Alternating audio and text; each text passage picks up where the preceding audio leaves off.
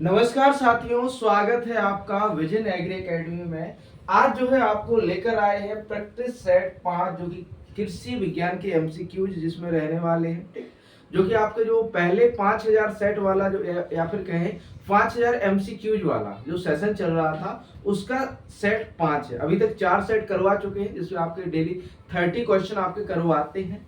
UP triple SC AGTA और साथ में साथ यूपी पीएससी डीएचओ के लिए कृषि के विज्ञान के महत्वपूर्ण प्रैक्टिस सेट 5 है जिसमें आपके कृषि विज्ञान के एमसीक्यूज कराए जाएंगे। चलिए शुरू करते हैं आज के सेशन को। बढ़िया से सभी लोग जुड़ जाइए, है ना। और अभी तक अगर कि आपने सब्सक्राइब नहीं किया है चैनल को सब्सक्राइब जरूर कर लेना, लाइक जरूर कर देना वीडियो को, ठीक है। चलिए शुरू करते हैं आज के सेशन को। आज के सेशन का पहला प्रश्न है, प्रश्न नंबर 1 दिया हुआ है यहां पर। बरबरी किसकी नस्ल है? बरबरी किसकी नस्ल है? ऑप्शन ए बकरी, बी गाय, सी भैंस या डी भेड़।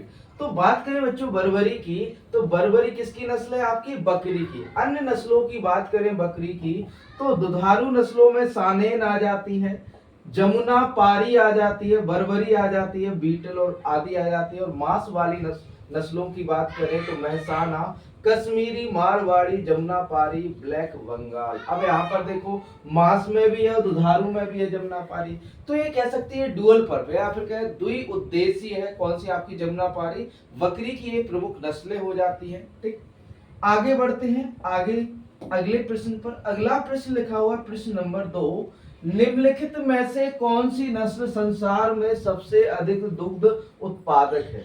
ब्राउन स्विस, हॉलिस्टीन फ्रीजियन या फिर कहें थार पार्कर या जर्सी। तो बात करें सही आंसर की तो देखो बच्चों सबसे अधिक दुग्ध उत्पादक कौन सी है? आपकी हॉलिस्टीन फ्रीजियन। और सबसे हैवी ब्रीड भी कौन सी है? आपकी हॉलिस्टीन फ्रीजियन। यह जो है आपकी नीदरलैंड, कहां से है भैया? नीदरलैंड, नीदरलैंड या हॉलैंड से है। कहां से भैया? नीदरलैंड या हॉलैंड से। पूछा जाता है कि भैया हॉलिस्टीन फ्रीजियन है कहाँ की ब्रीड है? तो नीदरलैंड या हॉलैंड की है। जर्सी जो होती है आपकी बच्चों ब्रीड, इसमें हाईएस्ट फैट परसेंट की मात्रा जो होती है वो अधिक पाई जाती है। किसके अंदर वसा अधिक होती है? आपकी जर्सी ब्रीड के अंदर। ठीक, आगे चलते हैं। अगला प्रश्न, प्रश्न नंबर 3 दिया हुआ है बच्चों।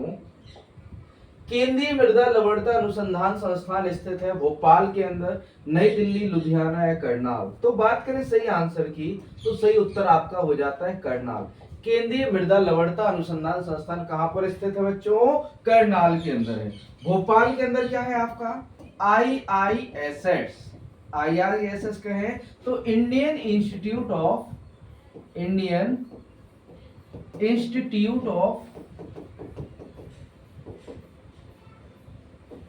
Soil science. Indian institute of soil science कहां पर है आपका?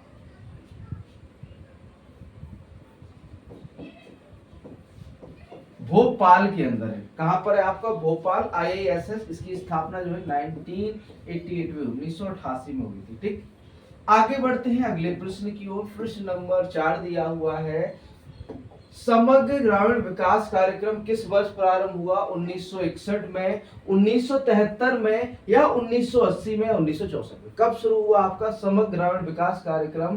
तो ये हुआ था बच्चों आपका कब? 1980 के अंदर। आगे चलते हैं अगले प्रश्न पर। आगे प्रश्न नहीं है, कुछ डिटेल है। सघन कृषि जिला कार्यक्रम, भैया सघन कृषि जिला कार्यक्रम सब कब शुरू हुआ? 1961 में। सघन कृषि क्षेत्र कार्यक्रम या फिर कहें IAAP, integrated agriculture area program 1964-65 में शुरू हुआ था। अधिक उपज प्रजाति कार्यक्रम, हाई यील्डिंग वैरायटी प्रोग्राम 1965-66 में शुरू हुआ। ठीक, तो यहाँ पर जो है इंपॉर्टेंट ईयर हो जाते हैं। आगे बढ़ते हैं अगले प्रश्न की ओर। अगला प्रश्न है, हरी खाद के लिए कौन सी फसल प्रयोग में लाई जाती है? ढैंचा, सरसों, सूरजमुखी या गेहूं? बताइए आंसर। बेसिकली आपकी सरसों व सूरजमुखी है, ये कैसी फसलें हैं आपकी? तिलहनी फसलें। गेहूं कैसी है आपकी?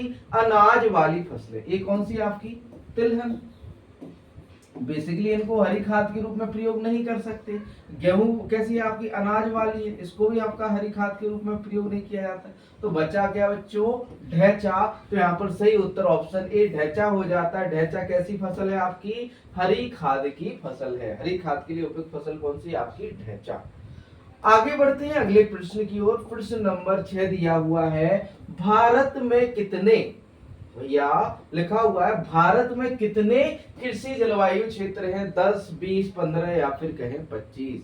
एग्रो क्लाइमेटिक जोन्स पूछा है यहाँ पर, भारत में कितने एग्रो क्लाइमेटिक जोन है।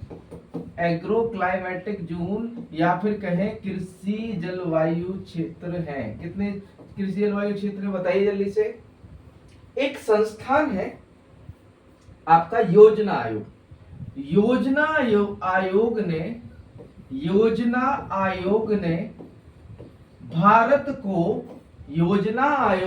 भारत को 15 कृषि जलवायु क्षेत्रों में बांटा है, या फिर कहें 15 एग्रो क्लाइमेटिक जोन्स में बांटा है। ठीक, तो यहाँ पर सही आंसर ऑप्शन सी 15 हो जाता है। अब बात करें बच्चों आईसीएआर के अकॉर्डिंग। आईसीएआर के अकॉर्डिंग जो आपके कृषि जलवायु क्षेत्र है वह आपके 131 है। कितने हैं, 131।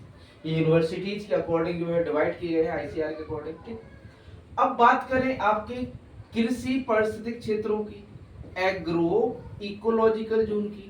Agro ecological zone, agro ecological zone की बात करें, या फिर कहें कृषि पारिस्थितिक क्षेत्र, कृषि पारिस्थितिक क्षेत्र, पारिस्थितिक क्षेत्र की बात करें तो ये टोटल है आपके कितने, 20। कितने हैं भैया कृषि पारिस्थितिक क्षेत्र, 20। पहले 21 हुआ करते थे। कितने हुआ करते, 21, लेकिन अब कितने हैं, 20 हैं। यह जो है किसने दिए थे आपके, एनवीएसएस एलयूपी, एनवीएसएस एंड एलयूपी। इसका फुल फॉर्म क्या होता है, national bureau of soil survey and land use planning. National bureau of soil survey and land use planning. ठीक, इसका जो है फुल फॉर्म होता है, नागपुर में है। कहां पर है आपका, नागपुर के अंदर है। ठीक, एनबीएसएस एलबी कहां पर है आपका, नागपुर के अंदर। ठीक, जो एग्रो इकोलॉजिकल जोन है वो कितने हैं, 20 हैं। एग्रो क्लाइमेटिक जोन कितने हैं, 15 हैं। इसी के साथ जो है आपके एग्रो इकोलॉजिकल जोन और एग्रो क्लाइमेटिक जोन जो है पूरे हो जाते हैं। आईसीआर के अनुसार 131, योजना आयोग के अनुसार 15, एग्रो इकोलॉजिकल जोन 20 हो जाते हैं, कृषि पारिस्थितिक क्षेत्र 20 है। ठीक, आगे बढ़ते हैं अगले प्रश्न की ओर। प्रश्न नंबर 7 दिया हुआ है, क्वेश्चन नंबर 7 है, फ्लेरिस माइनर खरपतवार किस फसल से संबंधित है। तो यहाँ पर ऑलरेडी आंसर आ गया, गेहूं से संबंधित है। इसे गेहूं का मामा कहा जाता है। किसे भैया, फ्लेरिस माइनर को। आगे चलते हैं अगला प्रश्न। प्रश्न नंबर 8 दिया हुआ है, बरसीम का वानस्पतिक नाम क्या है। Trifolium alexandrinum, Medicago sativa, Ricinus communis, इनमें से कोई नहीं। तो आपका जो बरसीम है इसका वानस्पतिक नाम क्या होता है आपका, ट्राइफोलियम एलेक्जेंड्रम। ट्राइफोलियम एलेक्जेंड्रम। ठीक, आगे बढ़ते हैं अगला प्रश्न।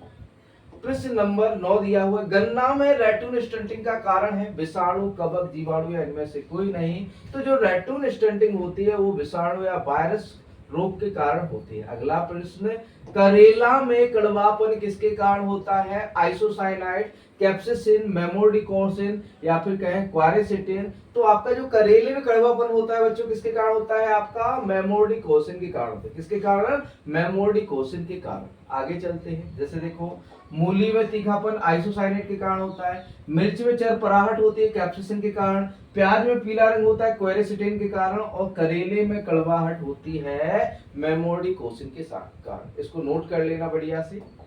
आगे बढ़ते हैं अगले प्रश्न की ओर। प्रश्न नंबर 11 दिया हुआ है, जैविक खेती के लिए घटक कौन कौन से हैं। कार्बनिक खादें, जैव उर्वरक या जैव कीटनाशी, उपरोक्त सभी। तो देखो जैविक खेती में कार्बनिक खादों का भी प्रयोग किया जाता है, जैविक उर्वरकों का भी प्रयोग किया जाता है और जैव कीटनाशियों का प्रयोग किया जाता है। तो यहाँ पर ऑप्शन डी उपरोक्त सभी यहाँ पर सही उत्तर हो जाता है, उपरोक्त सभी। ठीक, आगे चलते हैं, अगला प्रश्न, प्रश्न नंबर 12 दिया हुआ है, क्वेश्चन नंबर 12। गेहूं की फसल के लिए एक सिंचाई उपलब्ध होने पर किस अवस्था पर सिंचाई करनी चाहिए? कल्ले वाली अवस्था, फूल बनने की अवस्था, ताजमूल जड़ अवस्था या दुग्ध अवस्था? तो बेसिकली यदि एक सिंचाई उपलब्ध है, गेहूं में एक सिंचाई उपलब्ध है, तो कब करते हैं? सीआरआई अवस्था, या फिर कहें आपका ताजमूल जड़ या शीश जड़ फुटान अवस्था, या फिर कह सकते हैं आपकी सीआरआई अवस्था, क्राउन रूट इनिशिएशन स्टेज पर जो है हम पहली सिंचाई करते हैं। यदि आपके पास दो सिंचाई है तो पहली सिंचाई आप सीआरआई पे करेंगे और दूसरी सिंचाई फ्लावरिंग स्टेज पर करेंगे। तो यहाँ पर सही आंसर हो जाता है आपका ताजमूल जड़ या सीआरआई अवस्था। अगला प्रश्न, निम्न में से कौन सी ग्लेडियोलस की प्रजाति है? ज्वाला, गजल, प्रियदर्शनी, उपरोक्त सभी? तो तीनों ही आपकी किसकी ग्लेडियोलस की प्रजाति है, तो उपरोक्त सभी यहाँ पर सही आंसर होता है। ज्वाला, गजल व प्रियदर्शनी तीनों ही किसकी प्रजाति है? आपकी ग्लेडियोलस की। ठीक, आगे बढ़ते हैं अगले प्रश्न की ओर। प्रश्न नंबर 14 है, प्रजनक बीज के लिए किस रंग का लेबल प्रयोग किया जाता है? प्रजनक बीज के लिए, या फिर कहें ब्रीडर सीड, जो इंग्लिश मीडियम वाले हैं उनके लिए लिख देते हैं ब्रीडर सीड। ब्रीडर सीड के लिए कौन से कलर का टैग लगाया जाता है? तो भैया सुनहरे पीले रंग का। कौन से रंग का भैया? सुनहरे पीले रंग का टैग लगाया जाता है ब्रीडर या प्रजनक बीज के लिए, सुनहरा पीला। नीला जो लगाया जाता है आपका जो है प्रमाणित बीज के, प्रमाणित बीज के लिए कौन सा रंग लगाया जाता है? आपका नीले रंग का टैग। और सफेद रंग का टैग किसमें लगाया जाता है? आपका मदर सीड, जिसे जिसके नाम है फाउंडेशन सीड या आधार बीज का जो रंग होता है, टैग का रंग होता है, वो कैसा होता है? आपका सफेद रंग का होता है। आगे बढ़ते हैं अगले प्रश्न में। देखो यहाँ पर कुछ टैग कलर दिए हुए हैं। आपका प्रजनक बीज ब्रीडर सीड का सुनहरा पीला, आधारीय बीज फाउंडेशन सीड का सफेद रंग और प्रमाणित सर्टिफाइड का नीले रंग का टैग लगाया जाता है। आगे बढ़ते हैं अगले प्रश्न की ओर। प्रश्न नंबर 15 दिया हुआ है, बीज जीवता परीक्षण किया जाता है? टेट्राजोलियम परीक्षण, ग्रो आउट परीक्षण, प्रथम काउंट परीक्षण, इनमें से कोई नहीं। तो आपका जो बीज जीवता परीक्षण कहलाता है वो कहलाता है आपका टेट्राजोलियम परीक्षण। ऑप्शन ए टेट्राजोलियम परीक्षण। अगला प्रश्न, मृदा जल को धारण करने वाले बल हैं, यहाँ पर बाल नहीं बल होना चाहिए था, ठीक है, बल है। ससंजन, आसंजन, ससंजन और आसंजन, इनमें से कोई नहीं। तो मृदा जल को जो धारण करने वाले बल हैं वो है आपके ससंजन और आसंजन। दोनों ही बल जो है मृदा जल को क्या करते हैं? धारण करते हैं। अगला प्रश्न, क्षारीय मृदा का पीएच मान क्या होता है? 6, 7, 9 या 8? देखो क्षारीय मृदा का जो पीएच होता है वो एबव 8.5 होता है, 8.5 से अधिक होता है क्षारीय मृदा का पीएच मान। तो यहाँ पर 9 जो है सही आंसर हो जाता है, क्योंकि 8.5 से अधिक है। ठीक, आगे देखो अम्लीय मिट्टी का पीएच मान कितना होता है? 7 से कम। क्षारीय मृदा का 8.5 से अधिक, और लवणीय मृदा का होता है 8.5 से कम। ठीक, तो इसको पीएच मान को याद रखिएगा बढ़िया से। आगे बढ़ते हैं अगले प्रश्न की ओर। प्रश्न नंबर 18 दिया हुआ है, निम्नलिखित में से कौन सी फसल जिंक के प्रयोग से ज्यादा प्रभावित होती है? गेहूं, धान, मूंग या सरसों?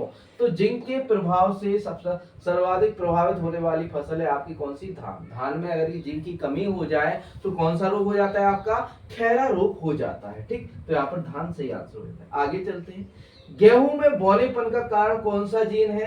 तो भैया वो है आपका नोरिन-10। धान में बौनेपन के लिए कौन सा जीन जिम्मेदार है? आपका जो है डीजीवू। डीजीवू जीन जो है धान में बौनेपन के लिए जिम्मेदार है। नोरिन-10 आपका जो है गेहूं में बौनेपन के लिए जिम्मेदार जीन है। ठीक, आगे बढ़ते हैं अगले प्रश्न की ओर। प्रश्न नंबर 20 दिया हुआ है, क्वेश्चन नंबर 20 लिखा हुआ है बच्चों, जैविक नाइट्रोजन स्थिरीकरण में सहायता करने वाला तत्व है मैग्नीशियम, जिंक, मोलिब्डेनम, इनमें से कोई नहीं। तो जो आपका जैविक नाइट्रोजन फिक्सेशन या स्थिरीकरण में जो मदद करता है भैया वो है आपका मोलिब्डेनम। अगला प्रश्न, नींबू के खैरा रोग के लक्षण पौधे के किन भागों पर दिखते हैं? पर आते हैं, पत्तियों पर, फूलों पर, शाखाओं पर या उपरोक्त सभी पर? तो नींबू के जो खैरा रोग के जो लक्षण हैं वो आपकी पत्तियों पर भी देखने को मिलते हैं, फूलों पर भी देखने को मिलते हैं, शाखाओं पर भी देखने को मिलते हैं। यहाँ पर उपरोक्त सभी सही आंसर हो जाता है। अगला प्रश्न, करनाल बंट किस फसल का बीज जनित रोग है? दलहन, धान, गेहूं या सरसों का? तो करनाल बंट भैया बीज जनित किसका रोग है? गेहूं का बीज जनित रोग है। ठीक है, करनाल बंट कैसा है आपका? बीज जनित रोग है और किसका है भैया? गेहूं का है। अगला प्रश्न, भारतीय पशु चिकित्सा अनुसंधान संस्थान IVRI Indian veterinary research institute कहां पर है? तो भैया इज्जत नगर बरेली के अंदर है, उत्तर प्रदेश के अंदर है। ठीक, आगे बात करें प्रश्न नंबर 24 की, लिखा हुआ है जीरो टिल सीड ड्रिल विकसित किया गया लुधियाना में, पंतनगर, कानपुर या भोपाल? तो ये जो है पंतनगर में गोविंद बल्लभ पंत यूनिवर्सिटी ने द्वारा जो है डेवलप किया गया है zero till seed drill Pantnagar से। ठीक, अगला प्रश्न, लीची का व्यवसायिक प्रवर्धन किया जाता है कलिकायन द्वारा, गुटी या लेयरिंग द्वारा, कलम द्वारा, बीज द्वारा? तो जो लीची में प्रवर्धन की विधि है वो है आपकी गुटी या लेयरिंग। आगे कुछ जो है प्रवर्धन विधियां दी हुई है, जैसे दिया हुआ है आपका विप एंड टोंग ग्राफ्टिंग किसमें अपनाया जाता है? सेब, नाशपाती और खुबानी में। और टी बडिंग आपका पीच, आड़ू और प्लम, आलू बुखारा। सीड द्वारा जो प्रवर्धन होता है एसिड लाइम, खट्टा नींबू, कोकोनट, नारियल, अरेका नट में। सुपारी या फिर क्या पपाया, पपीता, फालसा, कॉफी, पैशन फ्रूट आदि के अंदर। लेयरिंग या टी बडिंग द्वारा एवोकाडो में। पैच बडिंग जो अपनाई जाती है आंवला, वेल, पीकीनट में अपनाई जाती है। रिंग एंड टी बडिंग जो है आपकी बेर के अंदर। वीनियर ग्राफ्टिंग, इनार्चिंग और स्टोन ग्राफ्टिंग जो है अपनाई जाती है किसके अंदर? मैंगो के अंदर। ये जो है इंपॉर्टेंट आपके जो है प्रवर्धन विधियां हो जाती हैं, व्यवसायिक प्रवर्धन की विधियां, इनको नोट कर लीजिए। आगे बढ़ते हैं अगले प्रश्न पर, नवजात बछड़े को खीस पिलाना चाहिए क्योंकि इसमें होता है विटामिन डी, कैल्शियम, एंटीबॉडीज या मैग्नीशियम। खीस क्या होता है बच्चों? कोलेस्ट्रम, कोलेस्ट्रम, कोलेस्ट्रम या बुंदेली भाषा में कहें तो उसे तेली कहते हैं, है ना। जो शुरुआती एक है कि ब्यावे बछड़े को जन्म देने के बाद 2 से 4 दिन तक जो प्रारंभिक दूध निकलता है उसे हम खीस कहते हैं, कोलेस्ट्रम कहते हैं। इसमें जो है नवजात बछड़े को इसलिए पिलाया जाता है क्योंकि इसमें क्या होते हैं? एंटीबॉडीज होते हैं। क्या होते हैं? एंटीबॉडीज होते हैं। अगला प्रश्न, भारत में फसल बीमा योजना प्रारंभ कब की गई थी? 1981 में, 1985, 1987, 1992। तो सबसे पहले जो फसल बीमा योजना शुरू की गई थी 1985 में, रबी 1999 में। कब भैया? रबी 1999 में, एक मिनट, रबी 1999 में आपका जो है राष्ट्रीय फसल बीमा योजना, जो आपकी फसल बीमा योजना थी, राष्ट्रीय कृषि बीमा योजना कर दी गई। क्या भैया? राष्ट्रीय कृषि बीमा योजना कर दी गई। ठीक, अब जो है 2016 में इसको जो है राष्ट्रीय कृषि बीमा योजना को बदलकर 2016 के अंदर प्रधानमंत्री, भैया कौन सी? प्रधानमंत्री फसल बीमा योजना कर दिया गया। प्रधानमंत्री फसल बीमा योजना, प्रधानमंत्री फसल बीमा योजना। ठीक, कब से? आपका 2016 से 2019 में आपकी राष्ट्रीय कृषि बीमा योजना थी। ठीक, इसको याद रखना, योजना। ठीक, आगे बढ़ते हैं अगले प्रश्न की ओर। प्रश्न नंबर 28 है, प्रधानमंत्री फसल बीमा योजना कब शुरू हुई थी? तो अभी अभी बताया हमने कब शुरू हुई? 2016 के अंदर। आगे बात करें अगले प्रश्न की, भारतीय गन्ना अनुसंधान संस्थान स्थित है कानपुर, लखनऊ, पटना या भोपाल? तो आपका जो भारतीय गन्ना अनुसंधान संस्थान है कहां पर है? आपका लखनऊ के अंदर है। सिंगल सुपर फास्फेट में सल्फर की मात्रा होती है 16%, 20%, 12%। तो आपका जो है 12% सल्फर होता है किसमें? आपका एसएसपी में, सिंगल सुपर फास्फेट में। इसी के साथ जो है आज का सेशन यहाँ पर समाप्त होता है। ठीक, बढ़िया से जो है आपको सेशन अच्छा लगा हो तो लाइक, शेयर एंड सब्सक्राइब और चैनल विजन एग्री एकेडमी। ये जो है सेट 5 था, थोड़ा सा हमारा स्वास्थ्य भी ठीक नहीं था, इस वजह से क्लास नहीं हो पा रही थी, लेकिन अब जो है डेली आपको क्लास मिलेगी। अगला सेट होने वाला सेट 6, जिसमें आपके ओवरऑल क्वेश्चन करवाने वाले हैं। यहाँ पर कोई भी क्वेश्चन एक कहे टॉपिक निश्चित नहीं रहता। एक जो है सेशन और चल रहा है जिसमें आपके टॉपिक वाइज एमसीक्यूज कराए जाते हैं, साथ ही साथ एक सेशन और चल रहा है जिसमें आपके सेट पेपर करवाए जाते हैं पूरा फुल लेंथ। उसमें आपका 65 क्वेश्चन एग्रीकल्चर के रहते हैं, 15 क्वेश्चन कंप्यूटर के रहते हैं और 20 क्वेश्चन आपके किसके रहते हैं? यूपी जीके के रहते हैं। ठीक, मिलते हैं नेक्स्ट सेशन में। धन्यवाद, जय हिंद दोस्तों।